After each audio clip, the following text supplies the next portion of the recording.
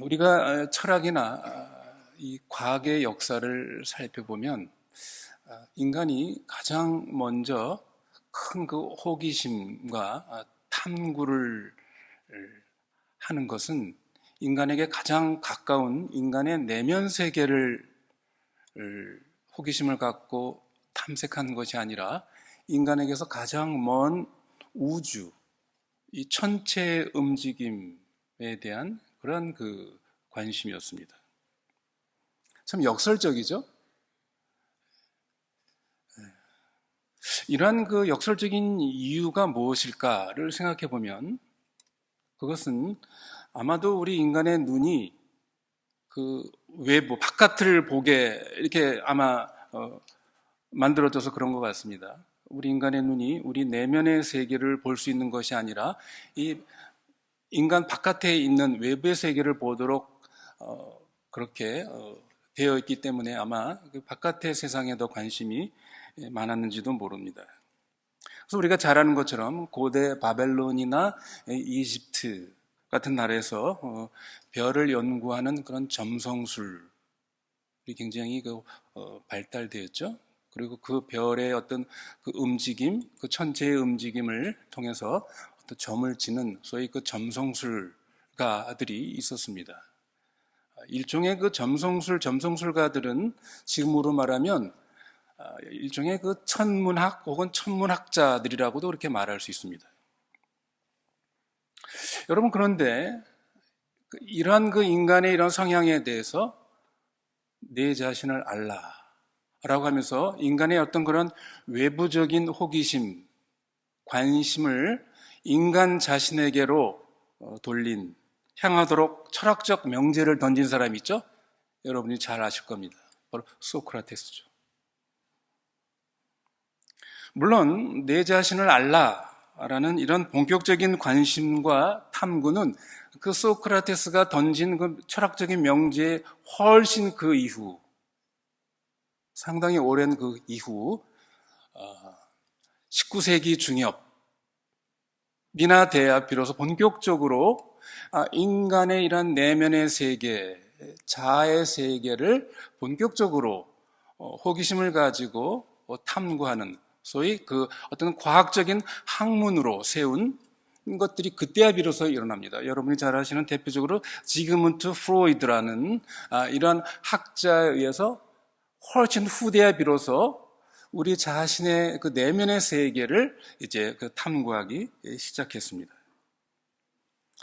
이렇게 인간이 가장 가까운 자신의 내면의 세계에 대한 관심보다 자기에게서 가장 먼 우주에 대해서 천체에 대한 호기심을 갖는 것은 이 인간 존재의 역설이 아닐 수가 없습니다. 성도 여러분, 이러한 역설이 의미하는 바가 뭐겠습니까? 그것은 그만큼 우리 인간이 우리 자신을 안다는 것이 쉽지 않다는 것, 이것을 우리에게 알려주면서 동시에 우리 인간은 적극적으로 더 자신에 대해서 알기를 원치 않는다는 이런 것들도 우리가 생각해 볼 수가 있습니다. 그러나 우리는 무엇보다도 먼저 우리 자신의 이 내면의 세계에 대해서 알아야 합니다. 왜 그렇습니까? 우리 기독교는 먼저 하나님이 어떤 분이신가, 하나님에 대한 지식을 아주 가장 중요하게 강조하죠. 그러나 동시에 우리 기독교는 우리 인간이 어떤 존재인가에 대한 것을 동시에 강조하고 있기 때문입니다. 우리가 잘 아는 예수님이 뭐라고 그랬습니까? 천하를 얻고도 내 목숨을 잃으면 무슨 소용이 있으리요? 그랬습니다. 여러분, 이 말씀에 담고 있는 의미들이 어떤 것들이 있겠습니까? 우리가 우리 자신의 어떤 무지로 말미암아 참된 생명을 얻지 못한다고 한다면 우리가 이 외부의 세계와 그 경험에 대해서 안다는 것이 도대체 무슨 의미가 있겠느냐, 그런 것이 그 속에 들어있지 않겠습니까? 그러므로 우리가 진정으로 관심을 갖고 탐색을 해야 할 대상은 무엇보다도 먼저 내 자신, 우리 자신입니다. 그러나 우리 인간은 자신의 내면을 성찰하는 이런 조용한 시간을 갖기보다는 오히려 자신을 아주 바쁘게 분주하게 움직여서 자신의 내면을 살피고 탐색하는 이 중요한 일로부터 도피하려는 이러한 경향을 가지고 있습니다. 우리 인간은 두 세계 사이에 사는 존재입니다. 하나는 자기 밖에 있는 외부의 세계요, 하나는 자기의 내부에 있는 내면의 세계입니다. 이 두 세계는 또한 자연 세계와 도덕적이고 영적 세계의 이러한 질서를 가지고 있습니다. 여러분 그렇지 않습니까? 우리가 사는 이 외부의 세계는 단순히 물리적인 영역만 있는 것이 아닙니다. 여기에는 도덕적이고 영적인 그러한 질서를 가지고 있습니다. 라브리르센 프란시스 셰퍼가 말한 대로 이 인간을 포함한 이 우주는 인격적이고 도덕적인 기원을 가지고 있습니다. 다시 말해서 이 우주는 우연히 저절로 생겨난 그것이 아니고 뭡니까? 인격적이고 도덕적인 창조주에 의해서 창조된 또 그 도덕적인 하나님의 도덕적인 법칙에 의해서 경영되어지는 그러한 세계라는 것입니다. 만일 인격적이고 도덕적인 기원을 믿지 않는다고 한다면 이 세계는 어떻습니까? 단지 힘의 철학에 의해서 지배되는 약육강식의 동물의 세계가 될 것입니다. 바로 이것이 무신론적 진화론자들의 딜레마입니다. 그들은 기독교가 말하는 이런 우주의 인격적이고 도덕적인 기원을 하나님을 믿지 않기 때문에 무엇이 옳고 그른지, 무엇이 선과 악인지에 대한 올바른 그러한 기준, 궁극적인 해답을 갖지를 못하고 있는 것입니다. 이렇게 인간의 자기 밖의 세계는 물리적인 질서와 도덕적인 질서로 이루어져 있습니다. 이러한 물리적이고 도덕적인 질서는 동일하게 외부적인 이런 물리적인 세계만이 아니라 우리 내면의 세계 안에도 그대로 이 두 질서가 들어와 있는 것이죠. 그래서 인간의 이 자아의 내면의 세계, 자아의 세계의 질서를 탐구하는 사람들, 대표적으로 누가 있습니까? 의사와 심리학자들일 것입니다. 육체나 정신의 병에 들면 약을 주거나 상담을 하거나 수술을 합니다. 그러나 우리 인간은 영혼이라는 이러한 놀라운 신비로운 또한 질서를 가지고 있습니다. 그런데 인간의 이 물리적인 몸의 주인은 몸 자체가 아니라 영혼입니다. 영혼의 지배를 받습니다. 그리고 그 영혼의 주인은 누구입니까? 하나님이십니다.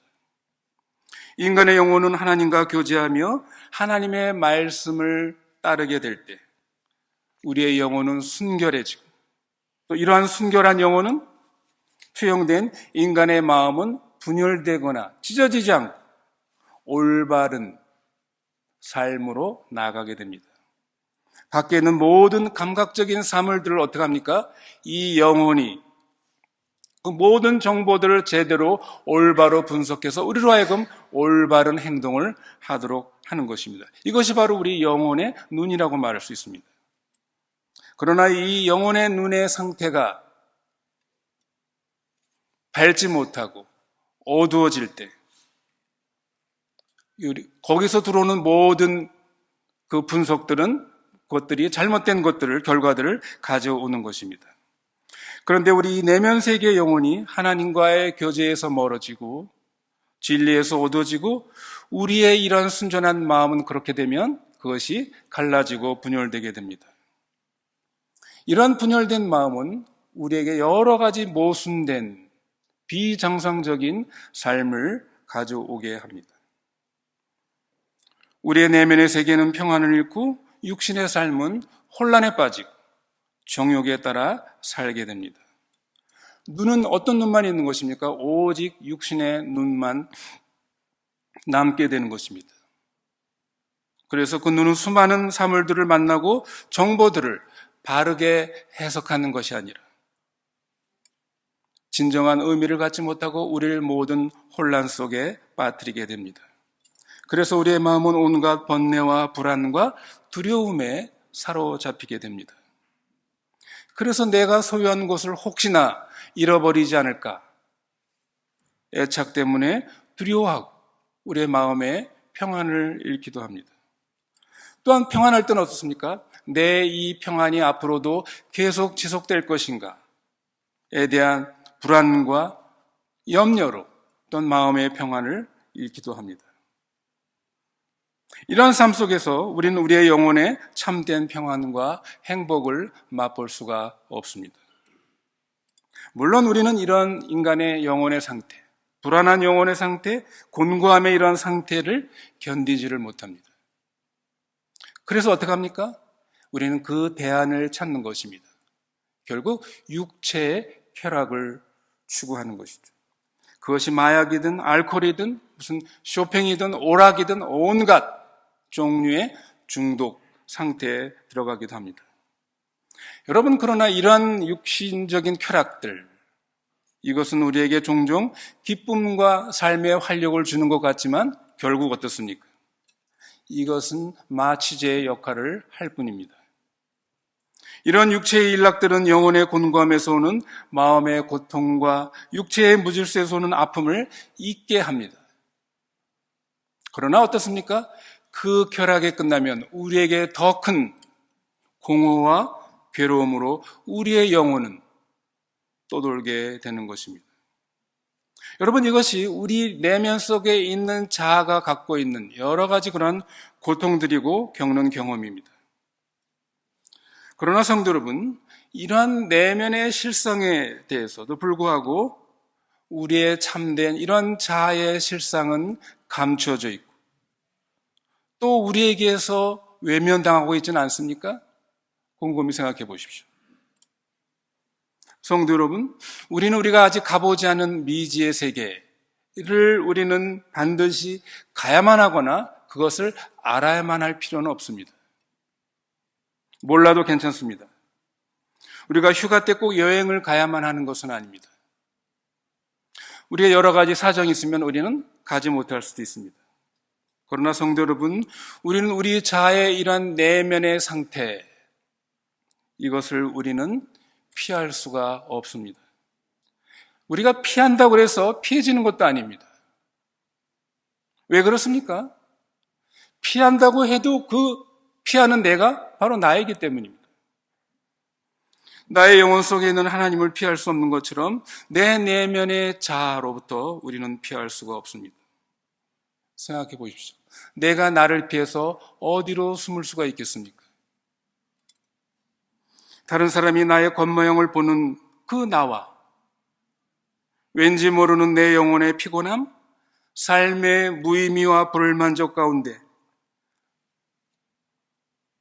불안과 두려움 속에서 때때로 깊은 밤을 잠 못 이루는 나, 그것은 동일한 나입니다. 그저 마취제 같은 것으로 나의 고통스러운 내면의 이 실상에 직면하지 않고 내가 그런 자아가 아닌 척 할 뿐이지 우리는 우리 자아의 내면 세계를 결코 피할 수 없다는 사실을 우리는 깊이 인식해야 합니다. 그런데 하나님의 말씀은 우리에게 오늘 놀라운 사실을 알려주고 있습니다. 자신의 내면의 세계를 도피하지 않고 정직하게 대면하고 성찰하는 사람은 참으로 복된 사람이다. 행복한 사람이다. 을 알려주고 있습니다. 또한 우리 신앙의 순결함과 고결함은 우리가 죄를 짓지 않는 것이 아니라 우리 자신의 내면의 세계를 객관적으로 내가 얼마나 그것을 볼 수 있는가에 달려있음을 강조하고 있습니다. 여러분, 오늘 본문 2절 말씀을 보십시오. 뭐라고 되어 있습니까? 복 있는 사람은 그 마음에 간사함이 없고, 여러분, 이 마음에 간사함이 없다는 말은 자신을 속이지 않고 자신에 대해서 정직한 사람이다, 그런 의미입니다. 그러나 하나님의 은혜로부터 멀어져 그 영혼의 어두움이 오고 마음이 진실하지 못한 상태에 있는 사람은 자신의 내면의 고통에 대해서 애통해하지도 않고 그런 상태를 잘 알지도 못합니다. 왜 그렇습니까? 이미 그의 눈은 바깥에만 고정되어 있기 때문에, 또 어두워져 있기 때문에 자신의 내면의 그 진정한 상태를 볼 수 없기 때문입니다. 그런데 놀라운 사실은 신자의 삶 속에는 하나님께서 우리의 이러한 어두워진 나의 내면의 상태를 깨닫도록 하기 위해서 우리에게 우리가 원치 않는 삶의 어떤 상태로 질서를 우리를 몰아넣는다는 것입니다. 성경은 그것을 뭐라고 얘기합니까? 성경 속에 그것을 우리의 고난 혹은 시련, 환난, 시험 이런 용어를 쓰고 있죠. 하나님은 우리의 병든 영혼과 마음의 질서를 고치기 위해 하나님의 자녀들에게 고난과 고통을 허락하십니다. 우리가 하나님만을 의지하지 않고 돈을 사랑하고 돈을 의지하는 그런 병든 마음을 알게 하기 위해서 때때로 우리로 하여금 돈으로부터 고통을 당하게 하십니다.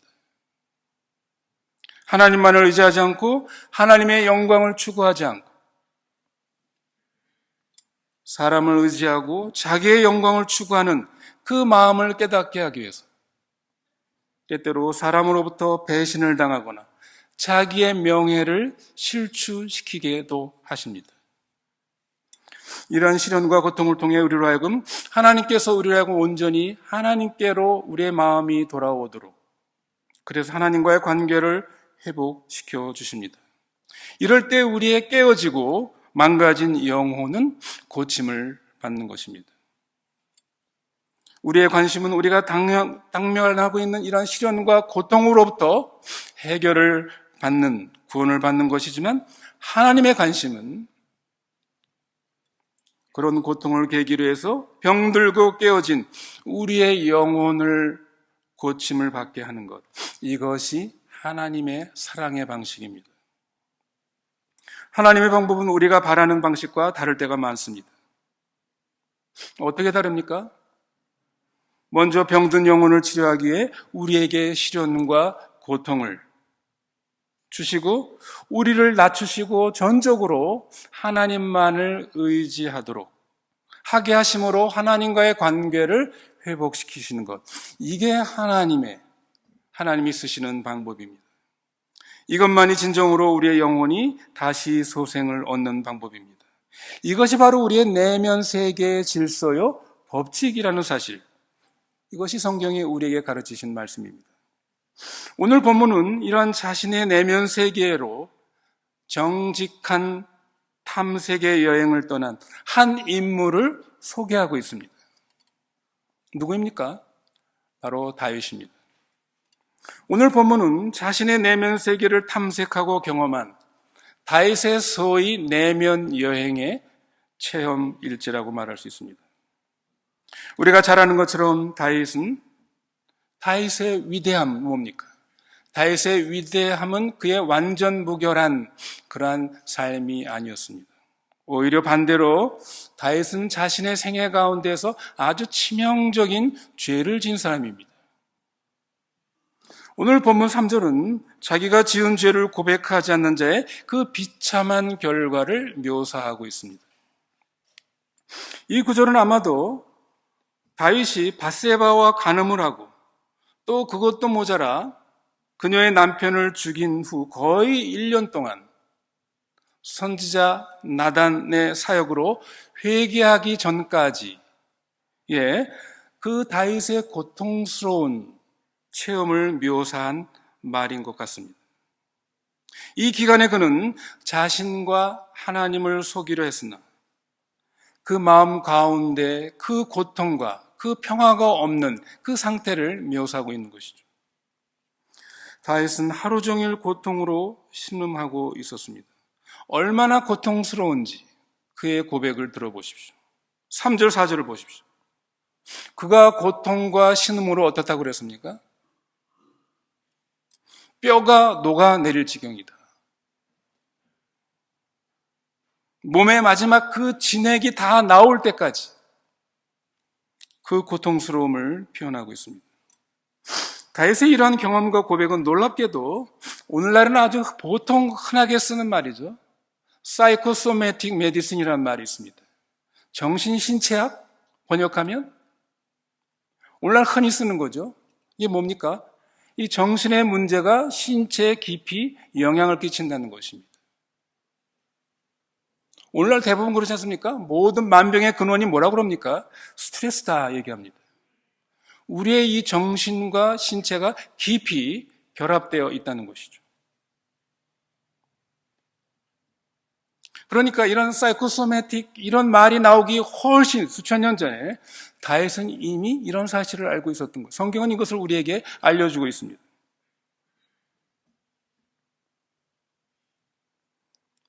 이런 것들이 밝혀진 건 현대역에서는 20세기 초반이나 와서야 비로소 신체와 이 영혼, 정신이 이러한 밀접한 관계를 가지고 있구나. 이게 의학적으로 이때야 비로소 얘기됐습니다만 이 시편에서 다윗은 이미 이것을 우리에게 알려주고 있습니다. 다윗의 육체적인 고통, 내 뼈가 쑤시고 그 사그러지는, 문드러지는 이 고통은 그 이유 원인이 무엇이었습니까? 정신적인, 내면적인, 영적인 문제로부터 근원된 것이죠. 그 이유가 뭡니까? 그는 그의 죄, 그의 잘못된 것을 해결하지 않고 있었기 때문이었습니다. 그러나 결국 하나님께서 다윗을 위해서 조치를 취하셨습니다. 하나님이 나단 선지자를 통해서 다윗의 죄를 지적할 때 다윗은 하나님을 속이거나 자신의 죄를 합리화하거나 핑계대지 않고 자신의 내면의 세계에 대해서 정직하게 대면하기로 결심했습니다. 4절에 주의 손이 주야로 나를 누르시오니 하나님께서 어떤 방식으로 다윗을 눌렀는지 우리는 알 수 없습니다. 아무튼 다윗은 자신의 그 이 깊은 고통이 하나님께로부터 왔다는 것을 깨닫고 있습니다. 그리고 하나님이 자신을 지금 짓누르고 있다는 이것을 깨달았습니다. 그것은 5절에 고백하고 있는 것처럼 내 허물을 여호와께 자복하기 위함이었습니다.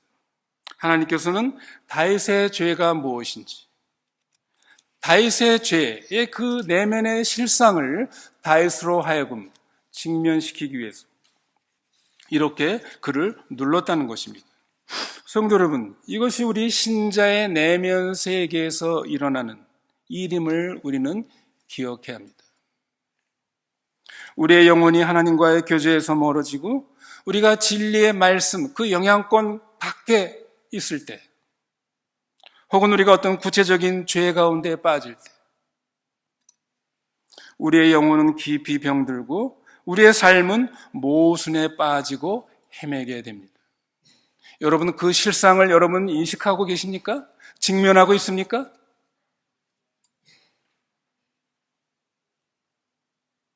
물론 우리가 그런 실상에 직면하지 않고 그런 마음의 고통이 없는 게 가장 좋겠죠. 하나님의 진리의 말씀 안에 거하면 얼마나 좋겠습니까? 그러나 우리는 그렇지 못할 때가 많이 있는 것이죠. 심지어 다윗도 그랬습니다. 그러나 중요한 것은 그 다음입니다. 다윗처럼 우리는 우리 내 자신의 그 내면의 세계, 내면의 실상을 정직하게 직시해야 한다는 것입니다. 그 문제를 거짓 없이 하나님 앞에 꺼내고 하나님께 토해내야 하는 것입니다. 사실 빨리 토할수록 문제는 빨리 해결되고 고통은 덜 당할 것입니다. 여러분, 이것은 우리의 그냥 육체적인 경험도 그렇지 않습니까? 우리가 무엇을 먹고 체해서 깊이 속이 얼마나 괴로웁니까? 그럴 때 어떻게 됩니까? 가장 빠른 것은 토해내야 되는 것이죠. 심지어 손가락을 집어넣어서라도 우리가 토해내야 되는 것입니다. 마침내 다윗은 하나님께 자신의 죄를 자복하고 죄의 용서함을 받음으로 말미암아 평화를 얻게 됩니다. 5절 6절을 보십시오. 자신의 죄를 솔직히 고백함으로 죄의 용서를 받게 됨을 이 본문은 우리에게 알려주고 있습니다. 여러분, 이것은 이 시편 32편에만 있는 것이 아니죠. 잠언 28장 13절에도 잠언의 지혜자는 그렇게 말하고 있지 않습니까? 자기의 죄를 숨기는 자는 형통치 못하나 죄를 자복하고 버리는 자는 불쌍히 여김을 받으리라. 요한일서 1장 9절에 만일 우리가 우리 죄를 자백하면 저는 미쁘시고 의로우사 우리를 죄 가운데서 사하시고 모든 불의에서 우리를 깨끗게 해 주신다고 그랬습니다. 물론 우리는 시편 1편이 말하고 있는 것처럼 악인의 꾀를 쫓지 않고 죄인의 길에 서지 않고 오만한 자리에 앉지 않고 여호와의 율법을 주야로 묵상하며 그 율법에 순종하는 그 사람이 복된 사람입니다. 그러나 오늘 본문을 통해 다윗은 자신의 체험을 통해서 또 어떤 사람도 복된 사람이라고 말하고 있습니까? 어떤 사람도 행복한 사람이라고 말하고 있습니까? 허물 있고 죄를 범한 사람일지라 할지라도 복이 있는 사람, 행복한 사람이 될 수 있다. 놀라운 복음입니다. 허물의 사함을 받고 그 죄의 가려움을 받는 자는 복이 있다 라고 그렇게 말하고 있지 않습니까? 그러면 성도 여러분, 우리가 허물의 사함을 받고 죄의 가려움을 받으려면, 그 복을 받으려면 어떻게 해야 하는 것입니까? 2절, 3절이 말하고 있는 것처럼 마음에 간사함이 없어야 합니다. 즉 거짓이 없이 있는 모습 그대로 내 모습 그대로 하나님 앞에 나가는 것이죠. 자백해야 합니다. 그러면 어떻습니까? 하나님께서 그 크신 은혜로우신 자비로우심으로 예수 그리스도의 그 십자가의 공로를, 의의를 우리에게 입혀주는 것입니다. 그것을 적용하여서 우리가 죄사함 받고 그 죄는 완벽하게 처리가 되는 것입니다. 다윗은 회개하고 자복함으로 말미암아 죄 용서받은 이 체험을 생생하게 기억하고 있었기 때문에 6절에서 이제 다른 사람에게도 자신이 행했던 것을 동일하게 행하라고, 자신이 받아 누린 이 행복을, 이 축복을 함께 누리기를 권하고 있습니다. 동시에 다윗은 9절에서 우리에게 이렇게 권면하고 있습니다. 너희는 무지한 말이나 노새같이 되지 말지어다. 그들은 자갈과 굴레로 단속하지 아니하면 너에게 가까이 오지 아니하리로다. 여러분, 말이나 노새는 어떻습니까? 말로 해서 듣지 않기 때문에 어떻게 해요? 그들에게 그 무거운 멍에를 씌우는 것이죠. 강권적인 힘을 통해서 그들은 제어를 받습니다. 그러나 하나님은 우리를 말이나 노새로 취급하기를 원치 않습니다. 하나님의 형상으로 지음받은 우리들, 하나님께서는 인격적으로 대하기를 원하시는 것입니다. 만일 우리가 그렇게 하지 않을 때 하나님께서는 그 자갈로, 멍에로 우리를 다루실지 모릅니다. 그러므로 우리는 우리의 내면의 영혼 상태를 탐색해야 합니다.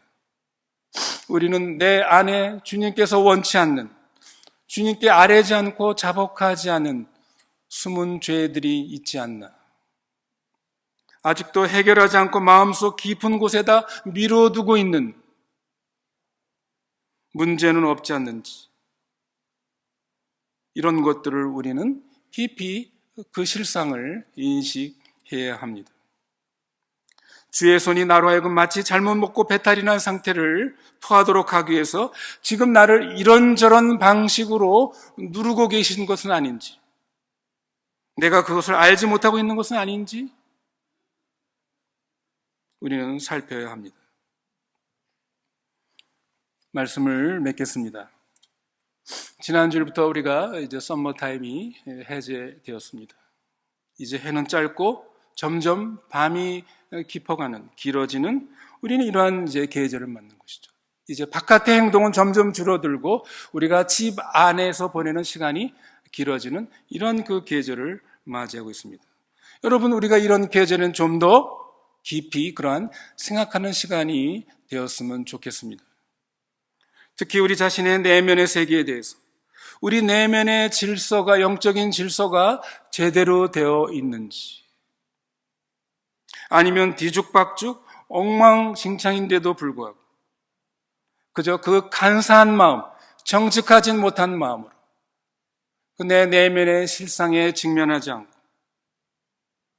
그저 자신을 속이고 포장하고 있지는 않은지, 자신의 내면과 영혼을 여행하고 탐색하는 그런 계절이 되기를 바랍니다. 그래서 다윗처럼 허물의 사함을 받고 그 죄의 가려움을 받는 그런 자의 복을 경험하고, 마음이 정직한 자가 하나님으로부터 받는 참된 그 기쁨과 평안함을 경험하는 그런 시간, 그런 계절이 되기를 바랍니다.